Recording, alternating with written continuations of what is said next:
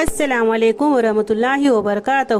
1,24,000 انبیاء میں سے سب سے پہلے نبی اور سب سے پہلے انسان حضرت آدم علیہ السلام تھے، جن کو اللہ تعالیٰ نے بغیر ماں باپ کے پیدا کیا۔ جب اللہ تعالیٰ نے حضرت آدم علیہ السلام کو پیدا کرنا چاہا، تب جبریل علیہ السلام کو حکم دیا کہ جاؤ اور زمین سے ایک مٹھی مٹی لے آؤ۔ جب جبریل علیہ السلام نے زمین سے مٹی لینی چاہی تو زمین نے ارشاد فرمایا کہ آپ مٹی کیوں لینا چاہتے ہو؟ تو آپ نے فرمایا کہ اللہ تعالیٰ اس مٹی سے انسان کو بنائے گا جو اس دنیا کا پہلا خلیفہ ہوگا۔ اس پر زمین کہنے لگی کہ میں اللہ کی پناہ مانگتی ہوں، نہ کہ میری چیز کو خراب کی جائے۔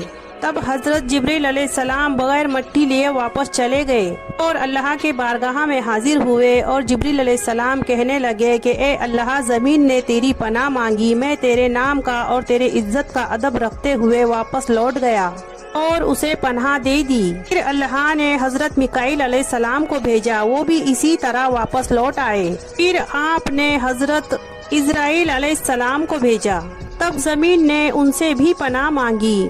تب انہوں نے ارشاد فرمایا کہ میں اس بات سے اللہ کی پناہ مانگتا ہوں کہ میں اللہ کے حکم پر پناہ مانگے بغیر کیسے واپس لوٹ جاؤں۔ پھر انہوں نے ایک مٹی کی لی اور اللہ کے بارگاہ میں حاضر ہوئے۔ تب اللہ نے حضرت اسرائیل علیہ السلام کو روح قبض کرنے کا کام دے دیا اور ان کا نام ملک الموت رکھ دیا گیا، اور اللہ تعالیٰ نے ارشاد فرمایا کہ تم نے اس زمین سے مٹی کو جدا کیا ہے، اس مٹی کو تم ہی زمین میں ملاؤ گے، اور اس طرح ان کا نام ملک الموت رکھ دیا گیا۔ ہمارے نبی پاک صلی اللہ تعالیٰ علیہ وسلم ارشاد فرماتے ہیں کہ اللہ تعالیٰ نے آدم کو ایک مٹھی مٹی سے پیدا کیا ہے جو پورے زمین سے لائی گئی تھی، اور جس میں لال، کالی، سفید اور نرم اور سخت قسم کی مٹی شامل تھی۔ بعض مفسرین نے کہا ہے کہ حضرت آدم علیہ السلام کی مٹی میں 60 رنگ کی مٹی شامل ہے، وہ تمام رنگ آپ کی اولاد میں پائے جاتے ہیں۔